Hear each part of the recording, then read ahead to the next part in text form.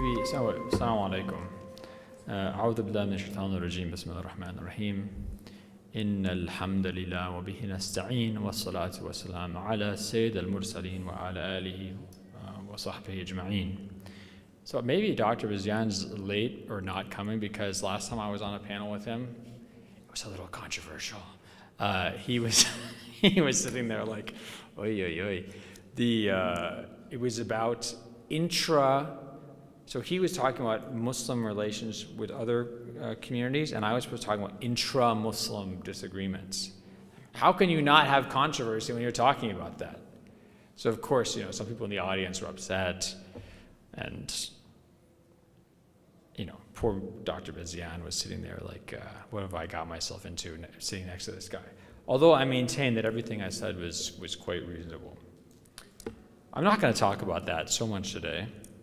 But, this stuff's controversial. When you talk about important issues are always controversial issues. Correct? All right. So, I am going to, first of all, I would recommend, not to toot my own horn or promote my own work, but I've written a lot about this issue. I would recommend, I wrote on the Iman Wire blog for Medina Institute. I wrote two things that might be useful. One is called Guidelines for Muslim Political Engagement.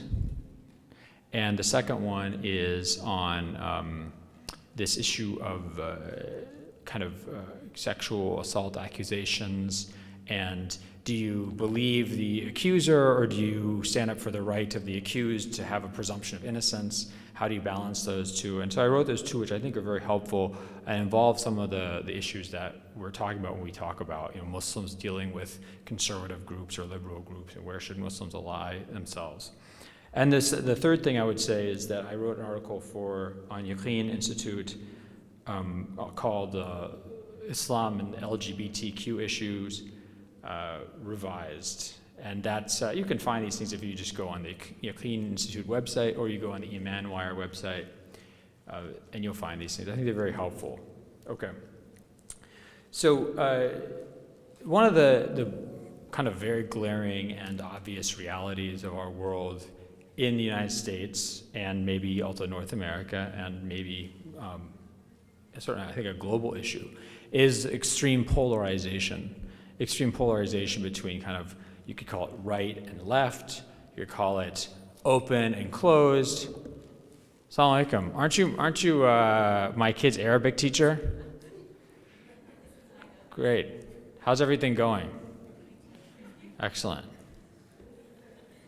I thought, I just want to be sure I'm not going crazy. Okay.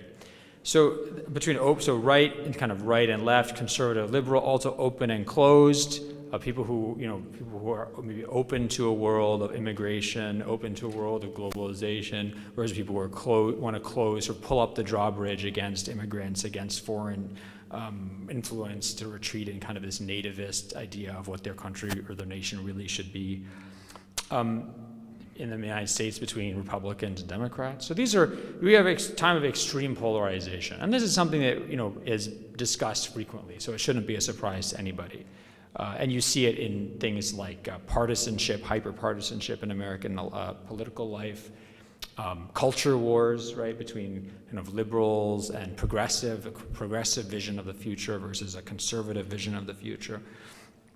And this is completely dominant in our lives. I mean, and to the extent that, Republicans can't break with the Republican ranks on an issue maybe that they're not even so confident in, like let's say tax reform, or just try and go and not fall into one of these two camps on any one issue, and you'll find yourself feeling a lot of pressure from both sides.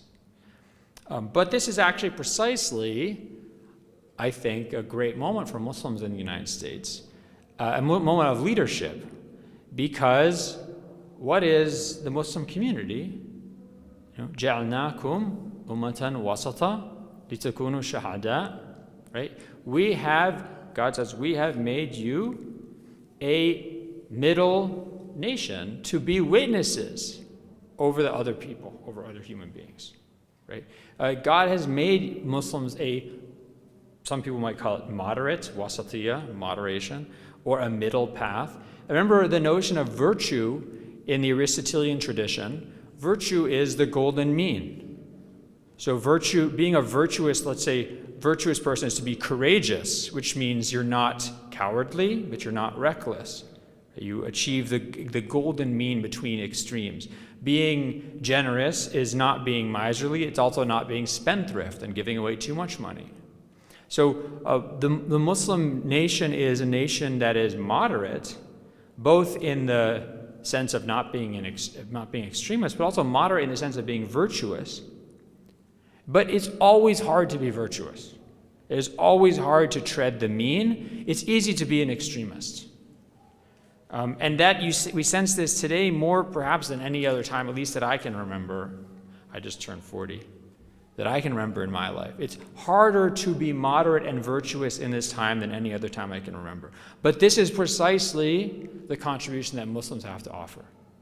And, let's say 5-6 years ago, if I said, this is a time for Muslims to lead in the United States, everyone would have said, ha, ha, ha, ha. And I would have actually looked at myself and said, you idiot. What are you talking about? Nobody listens to Muslims.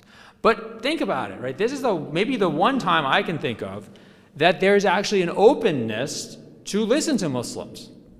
And it might not be a sincere openness. It might be a kind of a performed openness. But it's an openness nonetheless, right? So everybody who hates Donald Trump, which is pretty much like 60 to 7% of the American population, everybody who dislikes Donald Trump or doesn't agree with Donald Trump's agenda is eager to go and get all those people that Donald Trump hates and his supporters hate and put them on stage next to them.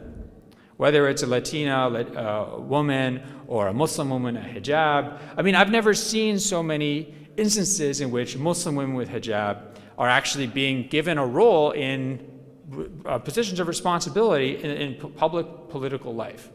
I mean, if you'd asked me like 5-6 years ago, would a hijab-wearing Palestinian American woman who's pro-BDS be allowed within 200 yards of any political event in this country? I would have said absolutely not. That's inconceivable to me. But now there are, someone like Linda Sarsour, may God bless her and aid her, right, is precisely that. And this is in great part because there is such, the people who dislike the conservative agenda or vision for this country are eager to bring enemies of that agenda, perceived enemies of that agenda, up on stage and into political life. So this is actually a time when Muslims have a chance to participate in agenda setting. So in this environment of extreme polarization, what is the role of Muslims as this moderate middle nation? What can be their contribution to leadership in American life? I would say that it is to show a middle path between this conservative and progressive vision. So conservatives writ large in this country, right, is essentially a vision that doesn't accept a non-white Christian identity for the United States. So in the conservative vision, the United States is a Christian country that's run by white, mostly men, right? And other people are welcome. Minorities are welcome, whether they're racial minorities or religious minorities, they're welcome, but they are minorities. They have to know their place. They're not in charge. They don't make the decisions. White men make the decisions. White Christian men make the decisions. So that's one vision. It can't really handle real diversity. It can't handle real diversity. The other vision is a kind of progressive liberal vision that embraces diversity, but has a very hard time accepting conservatives within the groups that are accepted in that diversity, right? So this is sometimes called intolerant tolerance. So we can be tolerant, but that means everybody has to accept everything everybody does. And you've probably experienced this as Muslims, right? Where you are accepted as a minority, but you kind of have to accept everybody else too. Not just in the sense of you have to accept that they have the right to exist, you have to accept that they have the right to, work with you and things like that, but you actually have to morally affirm their lifestyles as well. You have to morally affirm their lifestyles as well. And you see this, for example, brought up on the issue of these, like, for example, gay wedding cases, right? Where the people are being asked who don't agree with a certain lifestyle, they're being asked to essentially morally affirm those lifestyles. So the problem with the conservative vision is it doesn't really accept minorities and diversity. The problem with the liberal vision is it doesn't really accept conservatism, religious conservatism, as one of the groups that can exist in that mosaic. And what Muslims have to offer is we are a conservative community, but a conservative community that embraces diversity and that can accept and fight for the rights of other people, even though their lifestyles and their exercise of those rights are things that we find in our religion to be unacceptable. And if you're interested in this issue, I wrote an article on called How Much Can Muslims Stomach? Also on the Manwire blog. And what I did show is how in Islamic civilization, Muslims, based on the Quranic and Sunnah mandate for the protection of other religions, Muslims allowed a degree of religious pluralism and moral pluralism in their society that was nothing even came close to approaching it in Western civilization, including the United States today. Muslims allowed and protected the rights of other people to practice their religions in a way that would make modern Americans blush. They would never be able to handle this. Including Muslims allowing people to engage in marital practices and religious practices that were completely anathema to Islam. But Muslims, because they had a commitment, they knew they had a Quranic commitment to upholding the rights of people who are not Muslim but living under Muslim rule to practice their religion, they protected people in practicing those lifestyles. So, what do we have to watch out for, right? So the natural home now in the United States for Muslims is with the kind of liberal or progressive vision of the future. Because that's a vision of the future that sees the United States as a multiracial, multi-religious mosaic in which everybody respects and protects the rights of other people to freedom of speech, to freedom of religion, to freedom of education, freedom of belief. And what unites everybody is their commitment to this common framework of rights. So that's the kind of progressive and liberal vision of the future of the United States, which is also a very Islamic vision, because that's precisely the vision that, let's say, Muslim states like the Ottoman Empire had, where there is lots of different religious communities living together with completely different beliefs, and what holds them together is a commitment to that system.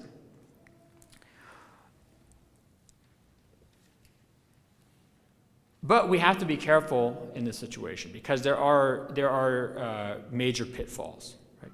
And the first major pitfall is that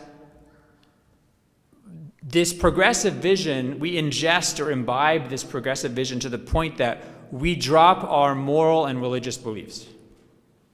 Right? So think about this.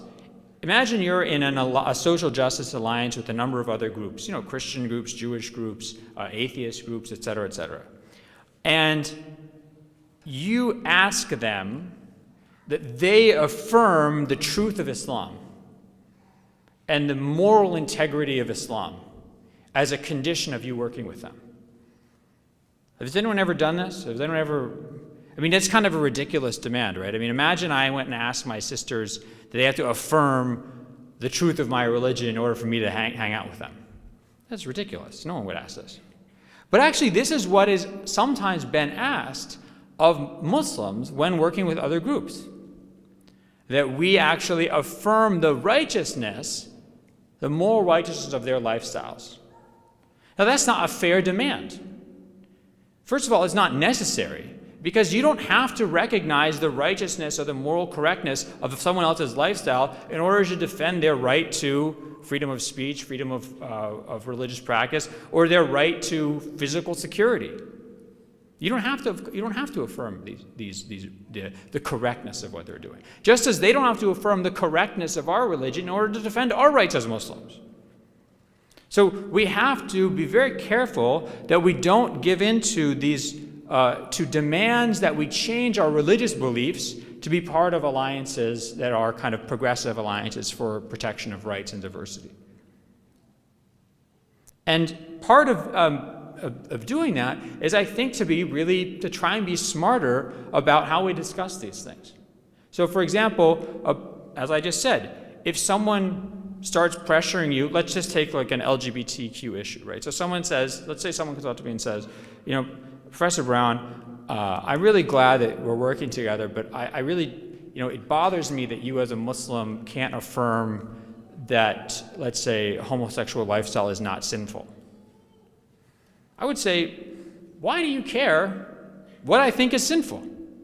You don't believe in my religion, okay? You think maybe all religion is stupid, I don't know, let's say potentially. So why do you care what my religious belief is? Why do you care if I approve of the way you live or not? I know you don't approve of how I live.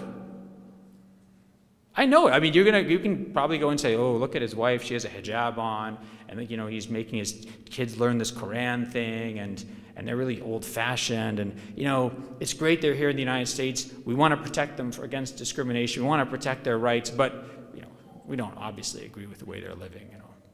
So why would I ask someone else to? Why would someone ask me to affirm the righteousness of, or to affirm the moral correctness of what they're doing when I wouldn't ask that of them, and when it would be kind of an absurd request? Second, just a second example of, I see 5 minutes. The second type of, I think, being smarter about this I want to bring up, and this is things that students ask me a lot. I'll say, for example, Professor Brown, we've partnered with this LGBT group on the university campus to fight against Islamophobia. Excellent, right? But they want us to participate in the gay pride parade. What do we do? Now, why is this an issue? Maybe some of you have seen gay pride parades, okay? There's some things, aspects of gay pride parades, not 100% comfortable for Muslims. I don't want to go into details, but let's just say a lot of stuff that Muslim might not feel okay being seen to support in terms of dress and conduct and things like that. But the Muslim students asking me this, they always feel like they're locked into this because they say, we've partnered with these groups, they protect us against Islamophobia, they're asking us to participate in this parade and protect their rights, and we don't really know how to say no because it seems like we're being we're not being reciprocal and we're not being consistent. And we're going to be accused of hypocrisy, and they might have a point. To which my response is, supporting someone's rights doesn't mean you support their rights in every forum and in every shape. So, for example, imagine this hypothetical. Imagine I want to have a pro-Muslim rights rally, and I get, niqab guys with huge beards and women with complete niqabs on, and we've got Palestinian flags, we've got ghutras, and we've got the Allahu Akbar flag, and we are starting, everyone's chanting and beating drums and just being like really almost media caricatures of Muslims. And I say to my allies, come on, join in the parade. They're going to say, you know what? I support your rights and everything, but I don't know, I don't feel so comfortable with this situation. Because there's not every manifestation of a community's identity or their lifestyle is 100% comfortable for other allies that support that community's rights, but maybe don't want to actually be seen supporting specific manifestations of those rights. So someone, in this case, what I advise Muslim students to do is to say, we'd be happy to appear in front of a media or press conference. We'd be happy to sign anything supporting your rights. We'd be happy to advocate for your rights with other, with government or with university administration. But in terms of this particular, event, these things we're not comfortable with. So this kind of, I think, just being smarter about how we deal with other groups is really important.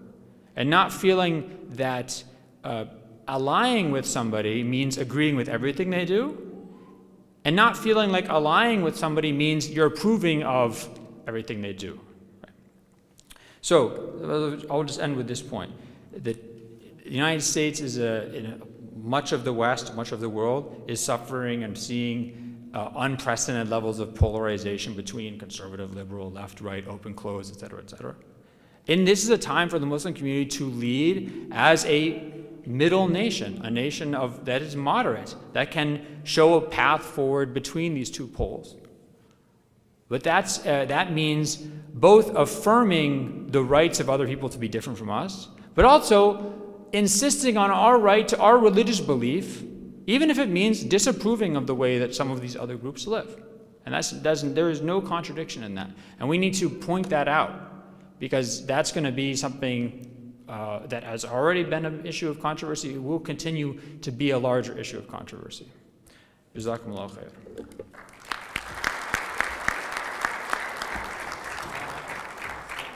Jazakallah khair.